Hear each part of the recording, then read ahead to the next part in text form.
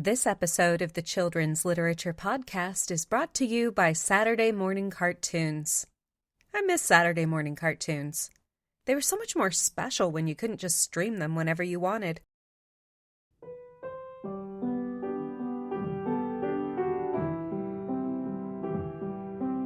Welcome to the Children's Literature Podcast. I'm your host, TQ Townsend. This episode is about the fox and the crow.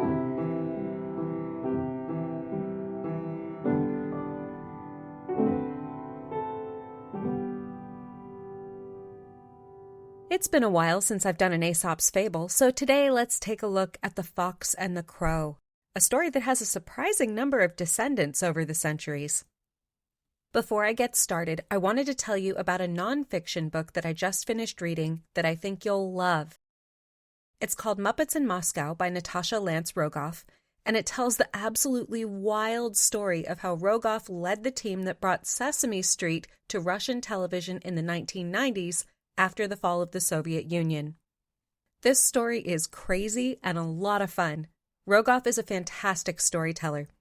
She keeps the action in the present tense as she meets gangsters, billionaires, and the rare Russian who actually wants to make a show with Sesame Street's high production quality and positive morals for children growing up in a new post-Soviet world. This is a book for you grown-ups, as it'll be too complicated for kids, although I think a few savvy teenagers might appreciate it. I really appreciated it because I'm old enough to remember the fall of the Soviet Union, but at the time I was too young to understand how complicated the transition from communism to attempted capitalism to oligarchy was.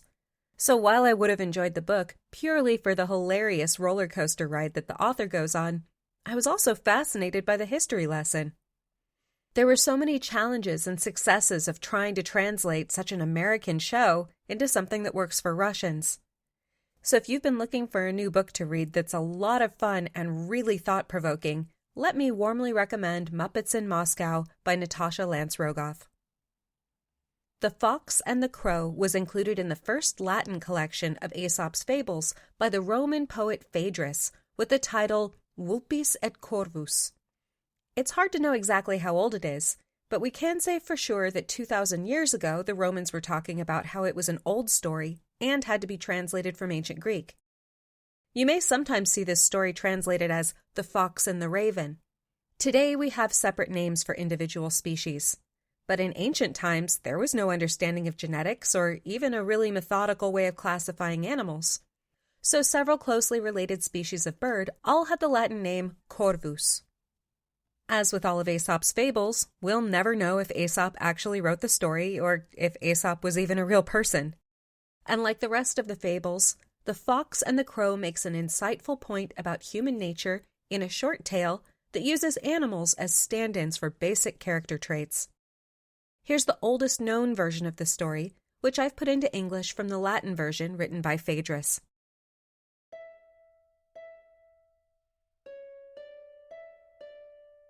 Those who take delight in flattering words of praise will find themselves punished with shame and regret.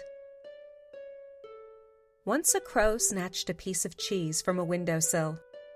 It happily flew up to sit at the top of a tall tree, ready to enjoy its treat. A fox looked up and craved this tasty morsel. The fox called upward, saying, "Oh, crow, your feathers are so shiny. You're so shapely, and your face is so lovely. If your voice were as wonderful as the rest of you, there would be no winged creature that could compare." Puffed with pride, the crow opened its beak to sing. But as it did, the cheese fell down, and the cunning fox snatched it quickly in its jaws. The crow could do nothing but groan in regret, bewildered by its own foolishness.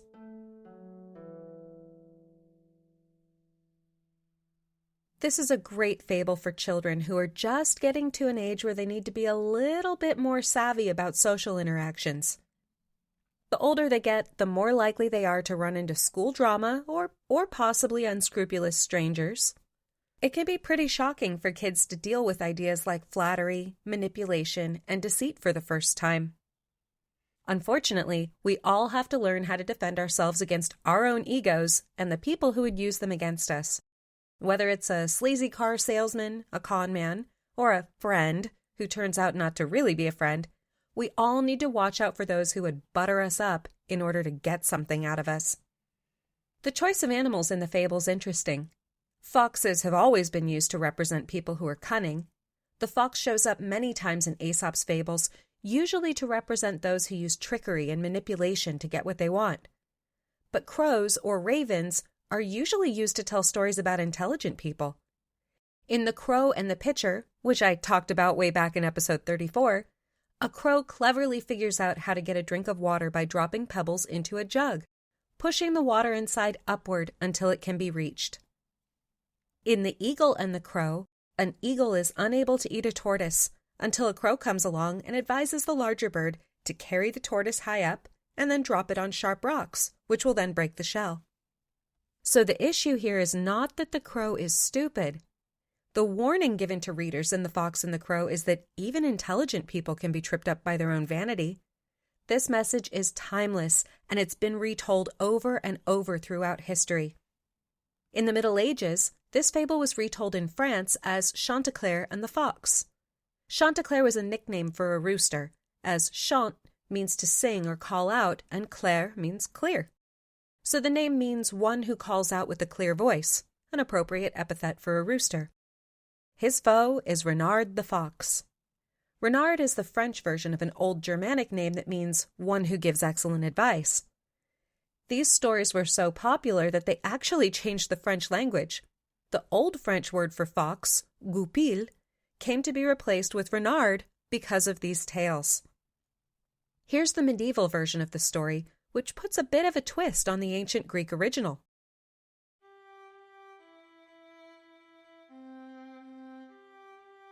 Reynard the Fox came to a farmhouse with many chickens.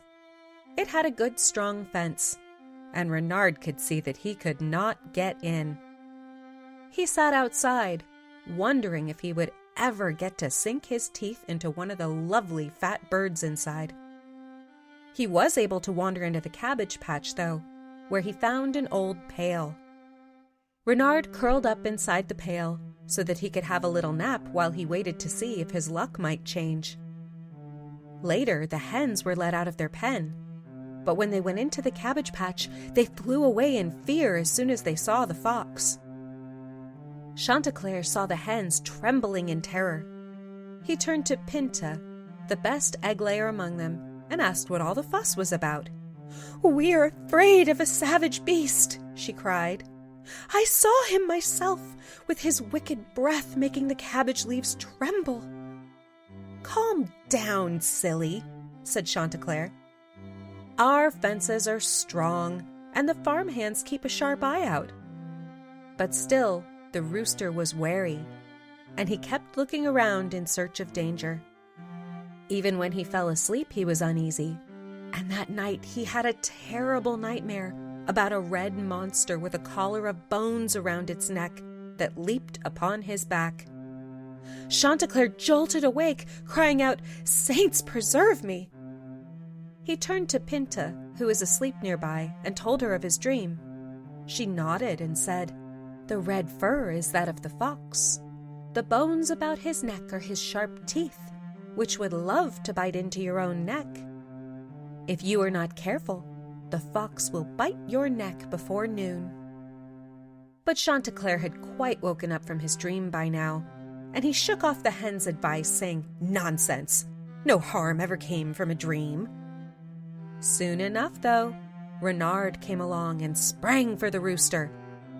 Chanticleer heard him and managed to flutter up to the top of the barn. But then Reynard spoke in a sweet voice, calling out, "Chanticleer, don't fly away from me. I am your cousin." But Chanticleer was not fooled, and he sat on the rooftop and sang loudly. Reynard did not give up, though, and sighed. "Oh, this song reminds me of your good old father Chanticleer. Don't you remember how he would sit down here in the barnyard and sing all day? Stirred with nostalgia and comforted by this flattery, Chanticleer came down closer, but not too close. He continued to sing, but kept a sharp eye on the sharp-toothed fox. Oh, your good father Chanticleer could crow better than any rooster. Remember how he would shut both eyes and crow so clearly that you could hear him a league away? Said Reynard. Chanticleer stopped singing and stared at the fox. Reynard, you are only trying to trick me. Of course not, said Reynard with a smile. I only wish to hear you sing. You're an animal, I'm an animal. That makes us cousins. I would sooner lose a foot than hurt you. Chanticleer said that he would sing, but not until Reynard stood farther off. As you wish, the fox said. Only please don't stop singing. Sing as your father sang, with both eyes shut and his neck stretched out so that all could hear his lovely, clear voice. Chanticleer was at last persuaded. He shut his eyes and stretched out his neck, singing in beautiful, pure tones that soared through the morning air. At once, Reynard leaped forward and clamped his sharp teeth around the rooster's neck. Pinta saw it all happen and cried out, "Oh, Lord Chanticleer, I told you the truth, but you thought I was a fool. Your pride has been your downfall. Now Reynard is carrying you away. Oh, how I wish I were dead rather than see you lost." The hen's ruckus roused the people of the farm, who ran after the fox, bringing their big, strong mastiff with them. They shouted after Reynard, taunting him with terrible names. Chanticleer managed to gasp out a few words, saying, "Do you hear how rude they are to you, Reynard? Why don't you tell them that you'll carry me off, no matter what they say about you?" Even the wisest among us can sometimes be a fool. Reynard was tricked and opened his mouth to jeer at the men chasing him. "Whatever you do, I will carry the rooster away." But as soon as the fox's jaws opened, Chanticleer flapped his wings as hard as he could, flying up to safety in the branches of an apple tree. "You're not so clever now, are you, Reynard?" he called out. The fox trembled with rage and regret, muttering, "Curse the mouth that speaks when it should remain silent." "Be off, cousin," Chanticleer called out, "or you'll regret it." Hearing the barking of the dog and the shouts of the farmhands coming closer, Reynard could do nothing but run away, full of sorrow over the rooster's escape.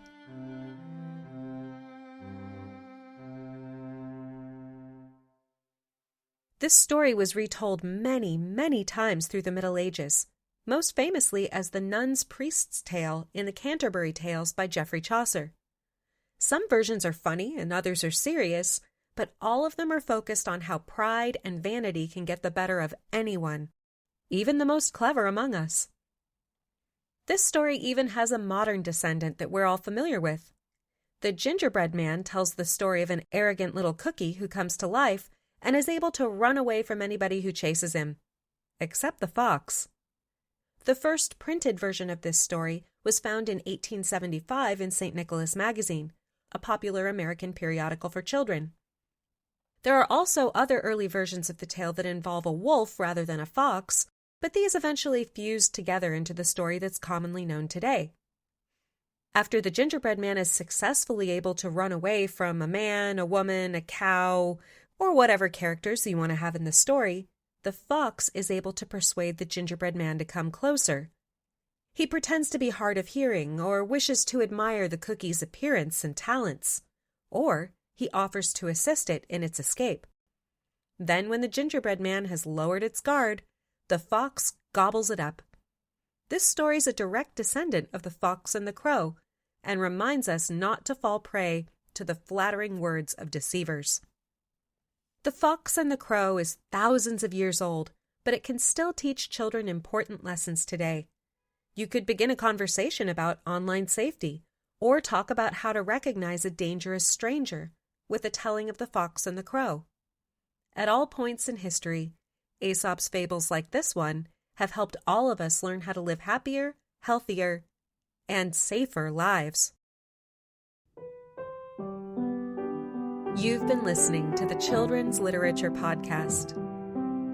Please subscribe and give the show a rating. Send comments to letters@children'sliteraturepodcast.com. I'm your host, TQ Townsend. Thanks for listening.